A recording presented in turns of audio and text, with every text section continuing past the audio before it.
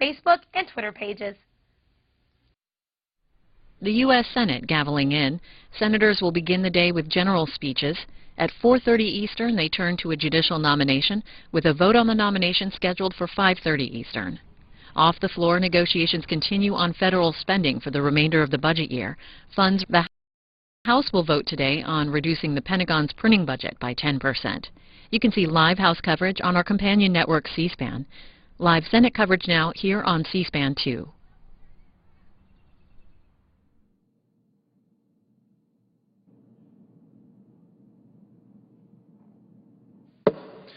The Senate will come to order. The chaplain, Dr. Barry Black, will lead the Senate in prayer.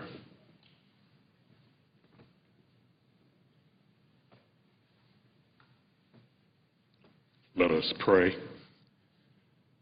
Almighty God, the architect and sustainer of our destinies, you are the source and center of our highest joy.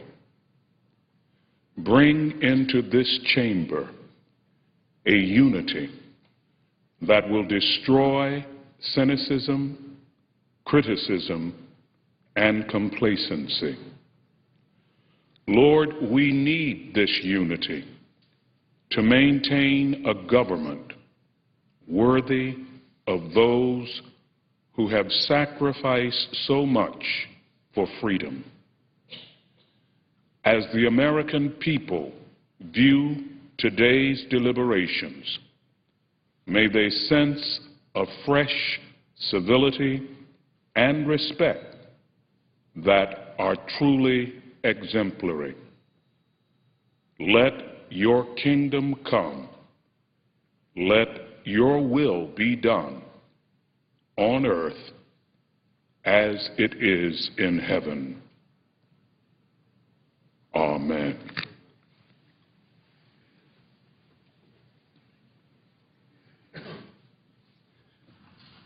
Please join me in reciting the Pledge of Allegiance to the flag. I pledge allegiance to the flag of the United States of America and to the republic for which it stands, one nation, under God, indivisible, with liberty and justice for all.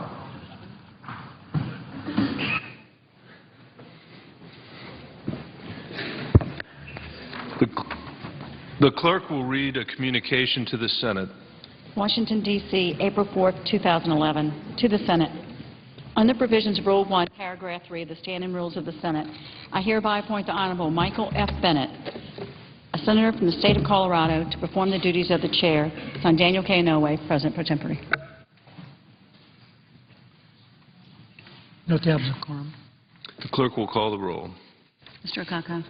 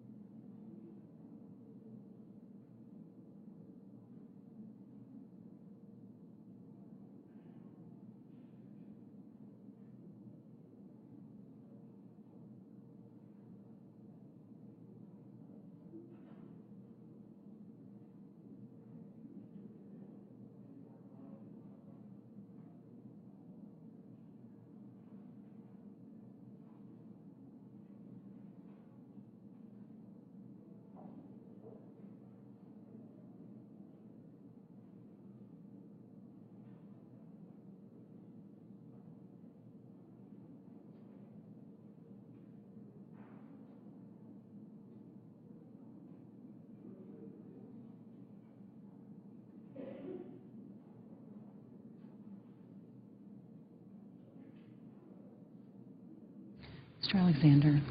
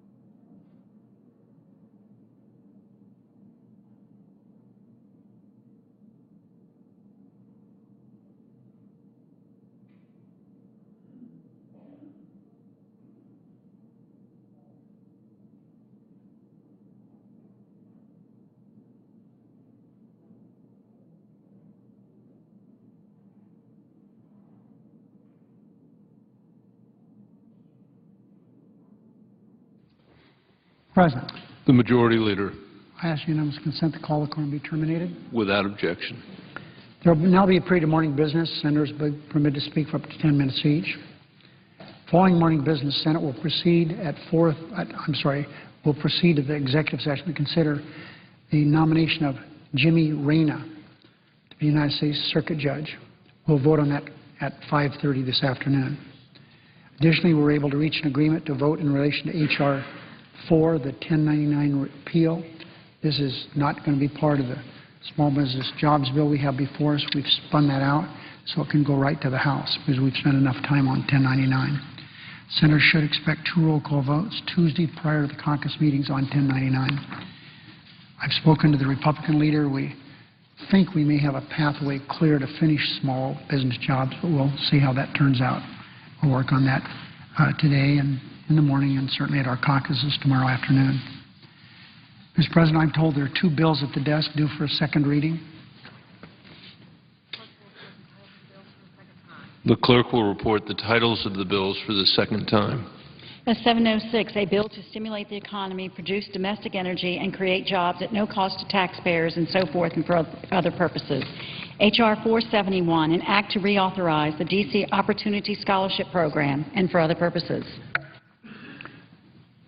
Mr. President, I object to any further proceedings with respect to these bills en bloc. The objection is heard. The bills will be placed on the calendar under the provisions of Rule 14. Mr. President, the time we have left to work on a budget agreement is extremely short. The window which we can avoid the terrible consequence of a shutdown is closing quickly. It's no longer measured in months or weeks. We're now just down to a few days from this deadline. And the time we have to get that long legislative process started in both houses is measured really in hours. It's clear that those sitting at the negotiating table have different priorities. That's true of any negotiation. But we all should share the same goal, to keep the country running and to keep the momentum of our economic recovery moving forward. And we all want to cut the deficit. Last week, we agreed upon a number in which to base our budget, $73 billion below the President's proposal. But disagreements remain on where we should make those cuts. We worked through the weekend to bridge that gap. We've made some progress, but not where we should be yet. There's another way in which the sides remain separated. Democrats have demonstrated throughout this process that we're willing to meet in the middle. But Republicans and the Tea Party continue to reject reality and insist instead on ideology. Let me give a couple of examples. First, they refuse to recognize that H.R. 1, that is the budget the House passed, isn't going to happen. The Tea Party pushed it through the House over the objections of some Republicans and all Democrats. Then the Senate soundly defeated Mr. President, even all Republicans didn't vote for this H.R. 1 here in the Senate. We all know the President would never sign it into law anyway. So the Republican Party and the Tea Party need to admit that Democrats have proven what the country already knows, that neither party can pass a budget without the other party, and neither chamber can send it to the other. Neither chamber can send it to the President without the other chamber. Democrats stand ready to meet the Republicans halfway, and the Senate stands ready to meet the House halfway. We hope our partners on the other side are willing to be just as reasonable. Second, Tea Party Republicans refuse to recognize that their budget is simply an appalling proposal. They stomp their feet and call compromise a dirty word and insist on a budget that will hurt America rather than help it. It slashes programs for the sake of slashing programs. It chops zeros off the budget for nothing more than bragging rights. The authors and advocates of the Republican budget either completely ignore the practical impact of their dangerous cuts, or they know the damage that they will do and simply don't care. Either way, it's not right. Their budget won't do a thing to lower unemployment. In fact, it will cost the country 700,000 jobs. That's not my estimate, Mr. President. That's the estimate of the head of Moody's, an independent economist who's worked for both Democrats and Republicans. It will also hurt seniors. It slashes funding for the Social Security Administration, which means seniors and disabled Americans who count on the benefits they've earned over a lifetime of hard work will have to wait for these benefits. In many cases, those Social Security checks are seniors' only source of income. In some cases, they're the only thing keeping them out of poverty. And those checks have nothing at all to do with the deficit. Nothing. The Republican budget will hurt women and their families. It cuts nutritional programs for women, infants, and children. This program has nothing to do, Mr. President, with the deficit. This program, the WIC program, women, infants, children, this is a program for the poor, the very poor. Our budget makes cuts to Planned Parenthood. They're based on ideology, not economics. Planned Parenthood doesn't contribute to the deficit. It contributes in great measure to the health and safety of women of every age in every state. Their budget will also hurt our veterans. There's a successful program in this country that helps homeless veterans afford housing. Democrats think that our nation's veterans who are down and out deserve a roof over their heads, and we think it's a worthy program. The Republican budget nearly eliminates it. Their budget will also hurt students. The Tea Party plan kicks hundreds of thousands of impoverished little boys and girls out of Head Start, a program to allow them to learn to read, little preschool kids. It cuts college students' Pell Grants and slashes job training programs. That's no way to recover, Mr. President. And independent economists have analyzed the Tea Party's plan and found that it will actually put the brakes on economic growth. The point of this whole exercise of a budget is to help the economy. Democrats will not stand for a budget that weakens our economy. None of the people I've just mentioned led us to the recession. Punishing innocent bystanders like seniors, women, veterans, and students will not lead us to a recovery. This is what we mean when we say their budget is based on ideology and not reality. This is what we mean when we say the Republican and Tea Party budget slashes irresponsibly. And when they refuse to relent on those dangerous cuts, many of them have nothing to do with the deficit. That's what we mean when we say that either side, Mr.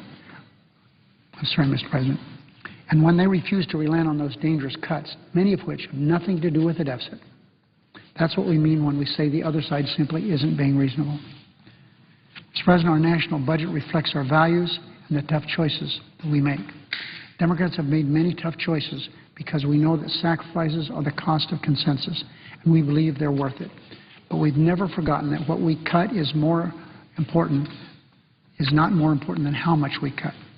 In addition to the many choices about what to slash and what to keep, the Republican leadership has another very big choice to make. It has to decide whether it will do what the Tea Party wants it to do or what the country needs it to do. I'm hopeful it will make the right choice and we can come to a timely agreement. But the bottom line is this. At the end of the day, we're all on the same side. Time, however, is not on our side. I yield the floor, Mr. President. Mr. President, The Republican leader. amidst all the other business we'll be facing this week, I'd like to note a welcome development in the war on terror. For the last 2 years, the Obama administration has actively sought to bring the 9/11 plotters into our communities for civilian trials, a completely horrible idea that rightly drew overwhelming bipartisan opposition from the American people and from their elected representatives here in Congress. Today, the administration is announcing that it has changed course. The administration, incredibly enough, today is announcing it has changed course, and that Khalid Sheikh Mohammed and the others who plotted these horrible attacks today the administration is announcing that it has changed course and that Khalid Sheikh Mohammed and the others who plotted these horrible attacks will be tried in military commissions at Guantanamo Bay rather than in a civilian trial in New York or some other U.S. city. Mr. President, I remember all of our discussions on this issue over the last 2 years. The President issued an executive order on day one to close Guantanamo down, indicated they were going to mainstream these terrorists into the U.S. court system. So this change today is truly a welcome development.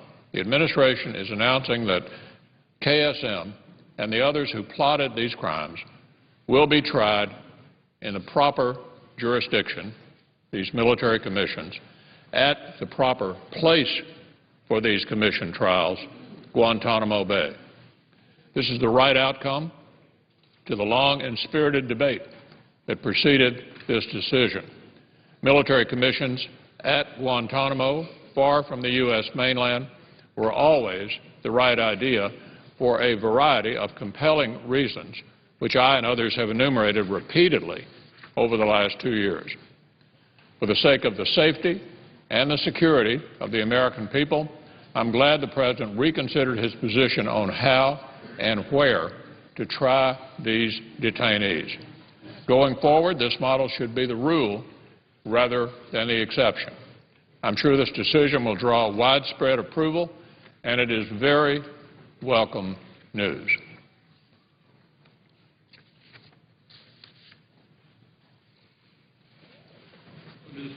Under the previous order, the leadership time is reserved. Under the previous order, the Senate will be in a period of morning business until 4:30 p.m., with senators permitted to speak therein for up to 10 minutes each. The clerk will call the roll. Mr. Akaka.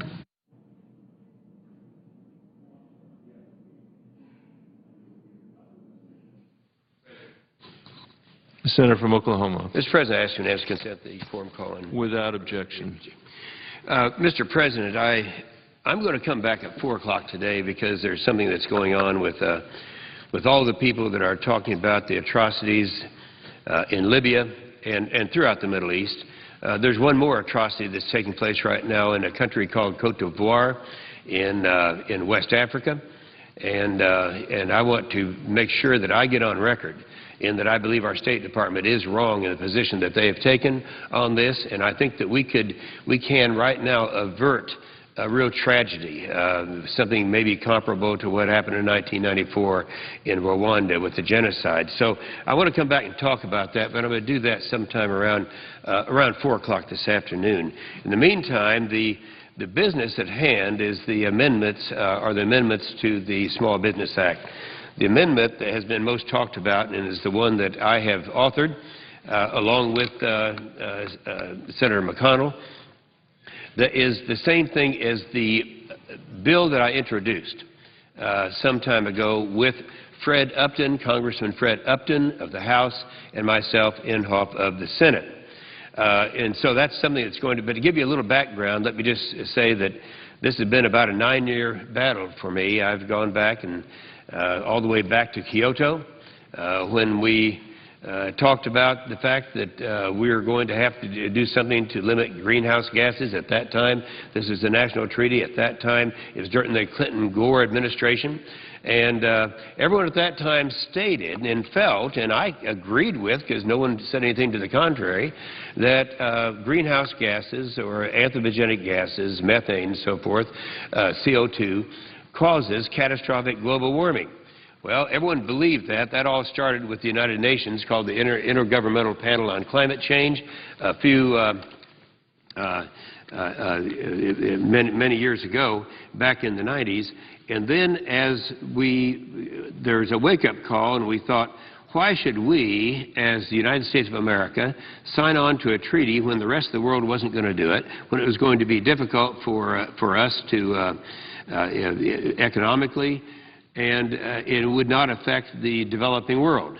And so we passed a resolution saying we weren't going to do it. However, right after that, starting in 2002, in 2003, 2005, 2007, 2009, and as recently as last year, different members have introduced legislation that would impose this almost the same thing as the Kyoto Treaty on us, and that is cap and trade. Now, what I did, at that time Republicans were a majority, and I was the chairman of a committee that was called Environment and Public Works. In that committee, it was we thought we better look at this to make sure that the science is there. Now, Mr. President, this is important because we had found out that for us to pass a cap and trade bill, the cost would be somewhere between $300 and $400 billion a year. So my feeling was, as chairman of that committee, let's find out if, in fact, the science is there. Well, scientists started coming to me, one after another, when they knew that I was going to at least question the legitimacy of the science, and said, the science isn't there. We're not an opportunity to get our views in. Well, that became a reality, and so we defeated all of the bills up to and included the Waxman-Markey bill that had passed the House, came over to the Senate. And again, let me just say that we're talking about something that would cost the American people between $300 and $400 billion a year. Now, sometimes I'm not quite as smart as some of the guys around here, so I have to, when you talk about billions and trillions of dollars, I like to look and see how does that affect my state of Oklahoma. So I have the total number of tax returns that are filed by Oklahomans. And I do the math, and when you do the math with $300 to $400 billion a year, that means it would cost my average taxpayer who files a tax return in Oklahoma a little over $3,100 a year. Now, if that's going to stop the world from coming to an end, maybe it's worth that. But what do you get for that? Even Lisa Jackson, who's the administrator of the Environmental Protection Agency, and of course she's one that was appointed by President Obama, when we asked her, and I asked her in a public hearing, if we were to pass any of these bills, whether the cap and trade bills, that would be so costly to Americans, what would it do in terms of greenhouse gases? Her response was, well, really it would do very little, if anything, because that would only affect the United States of America. And that's not where the problem is. The problem is in China and India and Mexico, places where they don't have any restraints on emissions. And so as we lost our jobs to other states, obviously it's going to end up not decreasing but increasing the emissions of CO2. So that's kind of where we were. We had passed all these things, and so with the President just absolutely committed to doing something about the emissions of CO2. He decided that he would do it through regulation, what he could not do through legislation. And so we had legislation that couldn't pass, and so obviously he went ahead and started saying that we're going to let the EPA do the same thing as we would have done in with legislation. Now that again would cost the American people between $300 and $400 billion a year. Well, to do that, you have to have this is kind of in the weeds, Mr. President, but you have to have an endangerment finding. And the endangerment finding has to be a proclamation by the administration and has to be based on science. So a year and about a half ago, right before the Copenhagen event, we had, again, Lisa Jackson, the administrator of the EPA, a very fine person, one who's courageous enough to tell the truth when asked a question. She was in, and I asked the question again in a public forum. I said, Director Jackson, I'm going to leave for Copenhagen. I'm going to be a one-man truth squad to go over there and undo the damage that's been done by people who have gone over there trying to make the world think we're going to pass all kinds of legislation. Now, if you're going to do this through administration, that means you have to base it on some type of science.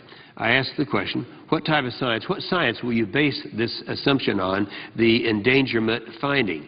The answer was the IPCC, and for people who are not into this thing, that's the Intergovernmental Panel on Climate Change. It's the United Nations. For others who get offended by some of the things the United Nations does, it all started with the United Nations, and we're going to be in a position to look and see just what, where we would go from here. So with that, coincidentally, and it wasn't by design, somebody uncovered a lot of emails and things over in Europe that totally defunct or discredited what they were trying to do over there with the science. In other words, the IPCC was cooking the science. I think we all know that. So now we have an effort to use an endangerment finding to try to do this by regulation. And they're just going full ahead as much as they can. I have to say that it's my feeling that this Obama administration, they don't really want to have fossil fuels. When I say that, I would back up some things by stating what the administration said. Alan Kruger, the Assistant Secretary of Economic Policy, said the administration believes it is no longer sufficient to address the nation's energy needs by finding more fossil fuels. We're talking oil, gas, coal, fossil fuels. And then there's another statement that was made. To the extent the lower tax rate encourages overproduction of oil and gas, it is detrimental to long-term energy security. What this is, the administration saying, we want green energy. That's fine. We all want green energy, and after I'm dead and gone, I'm sure the technology will be there and we'll be able to run this country on green energy. In the meantime, you can't do it without oil, gas, and coal. Right now, we're dependent upon coal for 50% of all of our energy. I would like to say also, if I can find it, yes, here's another statement. This is out of the Obama administration, Mr. President. Stephen Chu, Secretary of Energy, told the Wall Street Journal, he said, quote, this is a quote now, somehow we have to figure out how to boost the price of gasoline to the levels in Europe. In other words, unless we get the American people really complaining about high price of gas, we're not going to be doing anything. So the bottom line here is they're trying to boost the price of gas to do that. Now this is the surprise here. I couldn't have said this a year ago, but the CRS, Congressional Research, which pretty much is not challenged, they came out with the fact, put the first chart up, that we in the United States have more recoverable reserves in oil, gas, and coal than any other country in the world. Here we are right here. The next is Russia. Next is that Saudi Arabia. And you can see here we have more than Saudi Arabia, China, and Iran all put together. That's us right there. That's the United States of America. We have those reserves. Now, you'll hear people say, well, we don't, because we only have 3% of the world's supply of oil and gas. Well, they're saying that because they're using the term proven reserves. And in order to have proven reserves, you have to drill and to find out and prove that the oil is there. Obviously, if we have a government and an administration who won't let us drill for oil and gas, then obviously we can't be proven. So we have to go by recoverable. And no one will argue with this. Well, they might argue, but they can't do it with a straight face, that recoverable reserves are very, very large. And here's what we have in the case of oil right here. It is this amount right here, 135 billion barrels of oil, 83% of the oil. By the way, 83% of the oil that would be on public lands, that we will allow ourselves, or the liberals in this body won't allow us, and the White House, to drill on because they have their, not just a moratorium, but they stop us from doing it either sometimes through not issuing permits. But we have enough oil out there, I say, Mr. President, to run this country for 50 years. Without being reliant upon anybody else, without being reliant upon certainly the Middle East or any of the rest of our hemisphere. Now, if we were to go ahead with the friendlies in our hemisphere, Canada, Mexico, we could be independent of the Middle East in a very short period of time. In natural gas, we have huge Oh, I'm sorry, coal. And coal, the United States has 28% of all the coal, and that's a very significant thing. As far as natural gas is concerned, we have enough natural gas to actually run this country for 90 years at the rate that we're using natural gas now, only on our own, if we would allow ourselves to go ahead and produce it. So that's where we are right now, and of course we have, I would be remiss if I didn't say that we've been wanting my amendment. It's amendment number 183 to the Small Business Act. We've been trying to get it up for three weeks now. And several times it's been postponed. I think it's been postponed for one of two reasons. Either they don't have the votes to stop it, and according to Senator Manchin from West Virginia, who stated just the other day there are 12 or 13 Democrats willing to vote for my amendment, and you get all the Republicans, that would be enough to reach 60 and pass my amendment. What does my amendment do? It takes away the jurisdiction from the Environmental Protection Agency from regulating greenhouse gases. Simple as that. So maybe we have the votes there. But the other reason is, and I don't blame the leadership on the other side of the aisle, they don't want to subject their senators to voting, to have to cast a vote that would allow the EPA to continue harassing and over-regulating manufacturers and refineries and businesses and farmers and the rest of America. Well, there are two votes that are out there that they've been offered as cover votes. One's the Baucus Amendment, and the other's the Rockefeller Amendment. The Baucus Amendment would exempt some of the smaller ones. Frankly, I think everyone knows that that is something that really wouldn't work. In fact, somewhere here I have the quotes from the American Farm Bureau. Well, I don't have it right here, but by and large what they say is that they want to be sure that everyone understands that you can't pass the Baucus Amendment because that would just, you could exempt some farmers and some other smaller people, schools, maybe churches, but with the higher price of energy, it all trickles down to them. So that's why the American Farm Bureau, the Association of Manufacturers, and others are very much in favor of my amendment. The other one is the Rockefeller Amendment that would merely delay it for 2 years. The reason I oppose to this, and on the floor of the Senate, Senator Rockefeller made some statements the other day that weren't very flattering, and that's unlike him because that's not, normally that's not the way he would do. Unfortunately, my effort was dubbed as, quote, childlike, immature, and yes, you guessed it, crazy too. But I would only say that over the years that Senator Rockefeller has stated that the EPA, well, I'll just read you what he has stated. EPA has little or no authority to address economic needs. They say they do, but they don't. They have no ability to incentivize and deploy new technologies. They have no obligation to protect the hardworking people, and on and on and on. So I would agree with those statements of Senator Rockefeller. I would just say that if you're going to get rid of this thing, this overregulation, let's go ahead and do it. Let's don't just postpone something for 2 years. We have documentations from various companies, industries that say we are going to put something in place that's going to employ a large number of people, but we can't do it so long as the uncertainty is out there. At Point Comfort in Texas, 1,182 jobs were lost.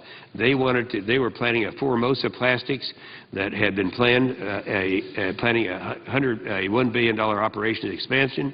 It would have employed 700 construction jobs, 357 service jobs, 125 full-time operations and maintenance jobs, and yet they're not doing it because of the regulation that's taking place and the uncertainty of what the EPA is going to be doing to us. El Dorado, Arkansas, similar situation.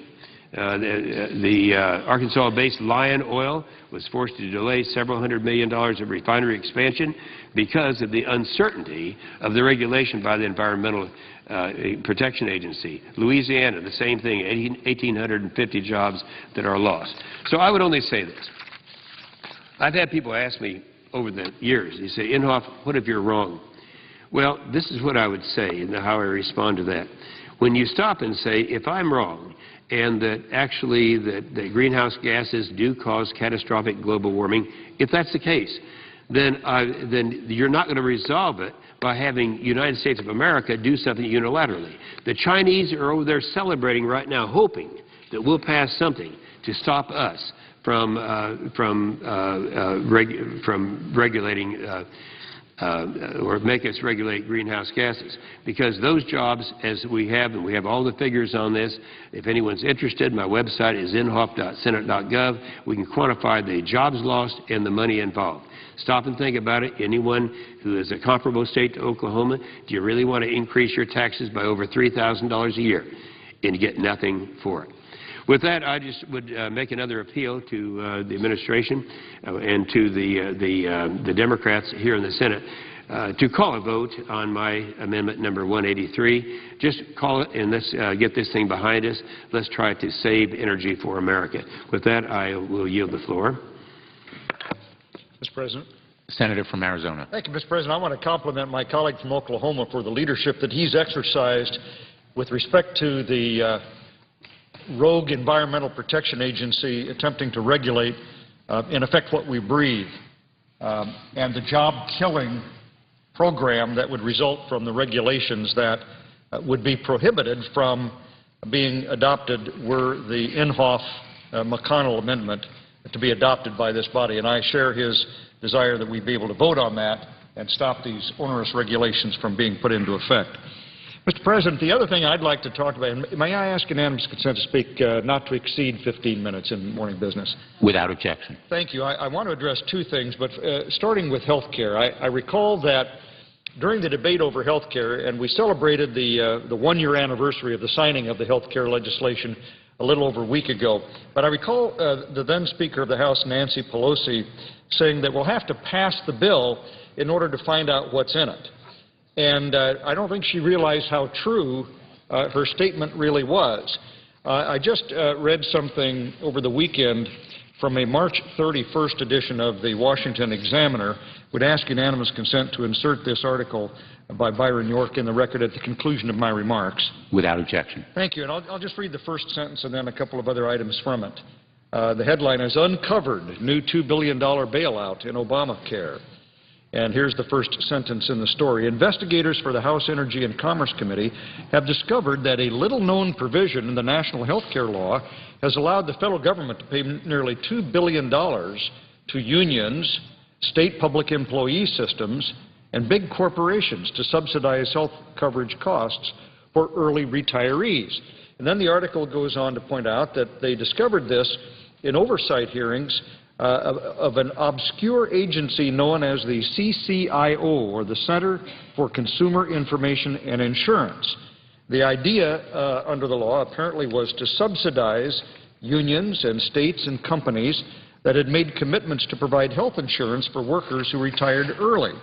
And they point out that there was a $5 billion appropriation in the bill, and that at the rate of spending by this agency, they'll burn through the entire $5 billion as early as 2012. And where is the money being sent to? Well, by far and away, the biggest single recipient is the United Auto Workers Labor Union, which so far had received well over $200 million. Other recipients include AT&T, Verizon, General Electric, General Motors Corporation, and a few states' public employees' retirement systems. But by far and away, the contribution to the United Auto Workers and the Teamsters and United Food and Commercial Workers was far and away more than the amount of money sent to the state pension funds. The point here being, Mr. President, that we learn something new almost every week about Obamacare. As I said, it was just a little over a week ago that it celebrated its first anniversary, and we're only now discovering some of the things that were hidden away in it, which I think had we been able to debate the bill in a more appropriate fashion, remember it passed on Christmas Eve Day of the year before last, that we probably would have been able to discover these things had the bill been read, had we had time to read all of the fine print. These are the kind of things we'd have discovered, and I suspect that the proponents of the bill, those who voted for it, might not have been so quick to vote for it. Maybe we'll have a chance to repeal this particular provision of the bill if there's any money left that hasn't been unspent by the time we get around to doing that. I'll propose to my colleagues that we try to accomplish that. A second thing with respect to Obamacare that continues to trouble me is something called the Independent Payment Advisory Board. And this is troublesome for three reasons, two of which have to do with process and the third, the substance. The Independent Payment Advisory Board goes by the acronym of IPAB. And it was created in order to try to find savings in the Medicare program. Now, obviously, we have read a lot about the billions, tens of billions of dollars of waste, fraud, and abuse in Medicare. The problem is this board is not likely to get at that waste, fraud, and abuse because its primary mission, in fact, it is restricted to finding cost savings only as a result of reducing the payments to providers. In fact, James Caparetta of the Ethics and Public Policy Center has done some very good writing on this, and he notes that the board is strictly limited to what it can recommend and implement, and that the board can only, and I'm quoting here, cut Medicare payment rates for those providing services to beneficiaries. Well, that's a problem because it doesn't get to the real heart of where a lot of the waste, fraud, and abuse in Medicare is. And secondly, and I'll conclude my remarks with this main point, when you cut the payment rates for the doctors, for example, who are taking care of Medicare patients, what happens? You get fewer doctors willing to take care of Medicare patients. We're all familiar with the stories in our own states of more and more physicians either not taking any Medicare patients or at least not taking any new Medicare patients. And the result of that is there are far fewer doctors available to treat folks, with the result that there is a much longer waiting time for people to get the care they need, and the end result of that is, of course, that care delayed is frequently care denied. That's the problem that exists in other countries like Great Britain, our neighbor to the north, Canada, and it's coming to your own community here pretty soon as a result of the fact that we're not paying the physicians and other providers enough as it is. And yet that's the only thing that IPAB can do to further reduce the costs. But I mentioned two procedural problems. The first is that this board is comprised of 15 unelected bureaucrats. The President makes the appointments. He does not have to balance them politically, so they could all be members of one political party. He can make recess appointments, so the Senate may not even have an opportunity to pass on these individuals.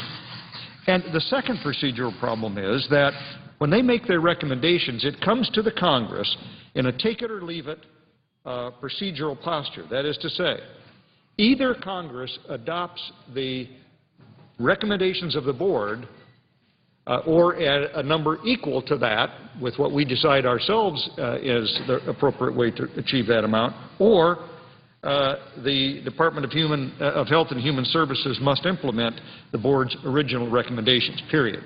That's it. So we're ceding authority here to an unelected board of people whose political views could reflect, for example, only those of the President of the United States, and whose recommendations almost automatically become law, only if the Congress, within a specified period of time, is able to recommend an alternative that can get the votes, and it would have to be a 60-vote majority, would the recommendations of the board be overridden. So for procedural reasons, this was not the right way to tackle the problem of costs of the Medicare program that we do need to get a handle on. It's a very undemocratic approach. But as I said, the procedure is just part of the problem. The real question is, how are we going to address costs in Medicare? Now, we're going to see some very innovative ideas from the House of Representatives, from the Budget Chairman, Paul Ryan, this week when the House budget is released, and he tackles the tough problem of helping to constrain the costs of Medicare. One of the ways that I find very unappealing to control Medicare costs is by putting a cap on how much we can spend and by reimbursing the providers, in particular physicians, with that particular cap in mind. And as I said, the reason is because it's going to cost physicians a certain amount of money to take care of each patient, and if they cannot be reimbursed in an amount sufficient to cover their expenses and a little bit more, they're simply going to turn to other kinds of patients. They've already turned away from Medicaid patients because Medicaid does not reimburse at a level that meets their requirements. And as a result, I mean, it is a dirty little secret in the medical profession that Medicaid is rationed health care. And that's not right, because these are the poorest in our society. They need support. They need help. But they have to wait a long time. And a lot of times, there just aren't the people to take care of them. Now we're going to convert the system that takes care of our senior citizens into the same kind of, well, whatever we have available kind of service. Because when you begin reducing those payments to the providers, you're going to get fewer providers with the result that you're going to get less care. It's a simple matter of economics. And again, this is being recommended by, not by physicians, not by the patients groups and so on, but by people that are unelected bureaucrats appointed to this board. And as I said before, according to Mr. Camporetta, under the law, this is all that the board can do. This is what it's restricted to doing. By cutting Medicare patients, the board will only delay and deny care. That's the critical point here. Now, I'm painting this picture of physicians not being paid enough. The reality is that today Medicare already pays physicians 20% less than private insurance companies do. Now, part of that is because private insurance companies are cost shifters. That is to say, when a physician can't make enough money serving the government-paid-for patients, Medicare, then they charge more to the private sector-paid patients. We, therefore, are paying more in the private sector for our insurance than it really would cost. But that's in order to subsidize the payment of the physicians who don't make enough under Medicare today. What the IPAB would do is reduce those payments even more. And as I said, this in turn will lead to reduced access to care for seniors.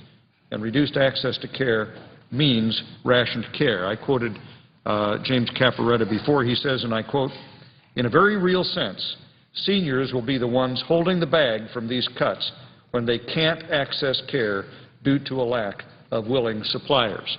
Just close this point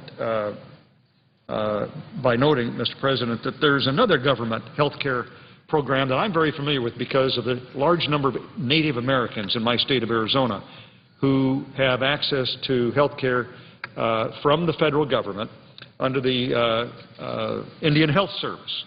And in Indian country, they have a saying that it's not really facetious. They say it with a bit of a wry smile on their face, but they're not at all happy about it. They say, just get sick before July. And the reason is that there's a definite limit on how much the program will pay out. They set a cap at the beginning of the year, and when enough people have gotten sick enough up to a certain point in the year, that's the end of the coverage. And so you wait basically until money is available the next year. Now that's an oversimplification, but it's what a total single-payer government system does. When we need to cut costs, we reduce the amount of money available, and who suffers? The people to whom we've promised care. We see it in the Indian Health Service, we're seeing it now in Medicaid, and we're going to see it in Medicare if we're not careful. That's why we need to repeal the IPAB, the Independent Payment Advisory Board that was established under Obamacare. And there's legislation that's been introduced to do this. Senator Cornyn and I co-sponsored the Health Care Bureaucrats Elimination Act, Senate Bill 668, which would eliminate the IPAB. And I hope that we'll have an opportunity to bring that legislation to the floor so that my colleagues can join us in excising this piece of Obamacare so that our seniors don't suffer from rationed health care. I would just note that there is a long group of organizations which join us in our opposition to IPAB, groups like the American Health Care Association, the American College of Radiology, the National Senior Citizens Law Center, National Association of Social Workers, Volunteers of America, and others.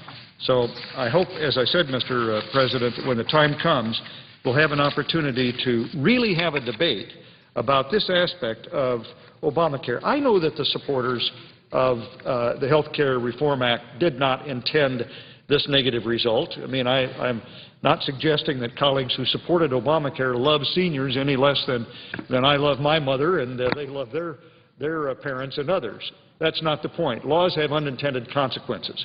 And when we create a mechanism to, quote, save money like this one and constrain it the way we have, I know what we're going to get. We're not going to like it. We're going to hear from our seniors. And before I hear from my mother, I just as soon get this problem fixed. So that's the second thing I wanted to visit about. Finally, Mr. President, I wanted to insert in the record and discuss very briefly an op-ed that was in the Wall Street Journal of today, Time for a Budget Game Changer. And this is written by Gary Becker, George P. Schultz, and John Taylor. John Taylor and George Becker are both economists, professors at, Becker at the University of Chicago, Taylor at Stanford University. Of course, George Schultz is former Secretary of Labor, Secretary of Treasury, and Secretary of State. All three are affiliated with the Hoover Institution. And in this article present, I think, the real answer to the two key problems that face us today. I'd like to ask unanimous consent at the conclusion of my remarks that this piece called Time for a Budget Game Changer be inserted in the record. Without objection. And just to describe it briefly, I said the two key problems. The two key problems are we don't have enough jobs in this country. We've got a very high unemployment rate. We need to get the economy growing, and we're having to borrow far too much money because of government spending. What this piece points out is there is a direct relationship between the two. Now, that's not too surprising, of course. The bottom line is that government borrowing and spending distorts the market by making less money available for private sector to invest. And if the private sector can invest, jobs can be created and we can grow the economy. What they do in this piece is to create a very credible strategy to reduce the growth of federal government spending, bring the deficit down, and increase economic growth. Those goals are not only not inimical to each other, they actually fit together very nicely. As they point out, the essential first step is to reduce discretionary spending in the current fiscal year, 2011, and that's the work that the Senate and House are engaged in right now, and we will have to pass a continuing resolution to fund the government through the end of September. We can substantially reduce the spending, and they point out how in this op-ed. The second part is a longer-term plan to get total spending as a share of our gross domestic product down.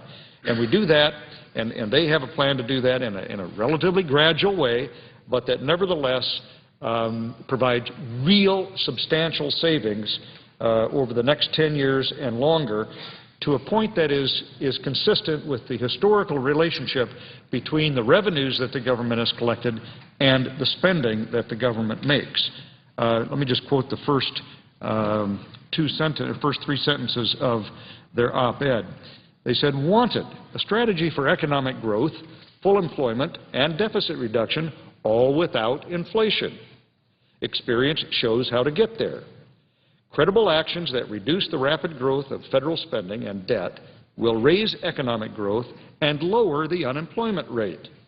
Higher private investment, not more government purchases, is the surest way to increase prosperity. And they go on to point out, and I'm quoting again, when private investment is high, unemployment is low. In contrast, higher government spending is not associated with lower unemployment. It is a piece that I recommend to all of my colleagues because it establishes, and these are first-rate economists who have done the research and can demonstrate beyond peradventure the direct relationship between reduced government spending and more employment and growth. The bottom line is you leave more money in the private sector to be invested by businesses in the private sector, the more they will invest and hire people, the more the economy will grow. And ironically, by the way, the more the economy grows, of course, the more revenues the federal government gets because you have more tax and a higher tax basis. So private economic growth is good for families and businesses and people seeking jobs, as well as for the federal government if you're looking for more revenues. But the wrong answer is to spend more money in the government, 40+ cents of which has to be borrowed. Every dollar that we spend we have to borrow 40 cents of that, half of which is borrowed from countries abroad. And that borrowing and spending crowds out the opportunities in the private market to do the same. So there's a direct relationship in terms of how much we can reduce our federal spending on the one hand and how much we can grow the economy on the other. And that's what these economists point out is the way for us both in the short term and in the longer term to get a handle on both our federal budget deficit and induce the private sector to invest more, thus reducing unemployment and increasing our economic growth. Mr. President, I note the absence of a quorum. The clerk will call the roll. Mr. Kaka.